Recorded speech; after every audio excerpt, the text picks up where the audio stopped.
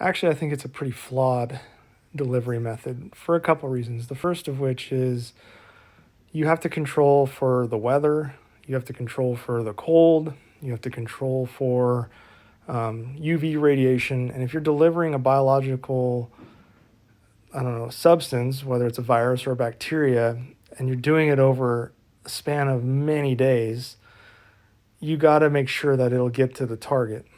And when there's that much UV radiation at that elevation and it's freezing cold up there, and oh yeah, the jet stream or even the wind or whatever can play havoc on what your target is, it just doesn't make any sense to do that. It would make more sense just to have someone come to the US with the substance, or someone or on a flight, or come to the US with as an infected person and start infecting people. The balloon dropping a payload, that makes very little sense.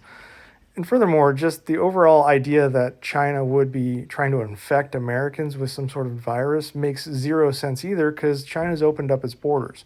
Americans can fly to China.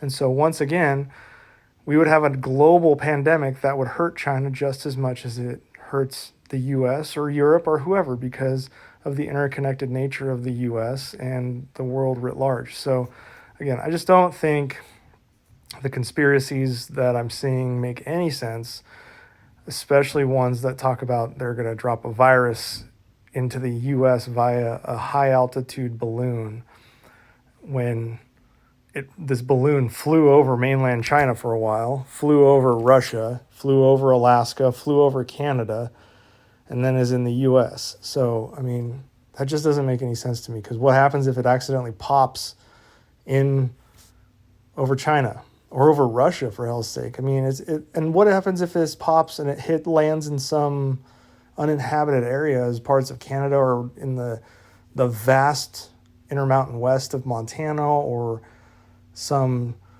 huge vast space of farmland within the Midwest? It just, a lot of it, or the ocean for that matter, it just doesn't make sense to me. Again, I think we're getting out of control with conspiracies, and I think we just need to take a step back on what is probably going on here. At most, it was China testing a potential silly spy capability, or at the very least, it was they screwed up and lost a weather balloon and didn't know where it ended up until it ended up in the US. I don't know. I don't know what the scenario is, but I'm 100% sure it wasn't them creating the next pandemic.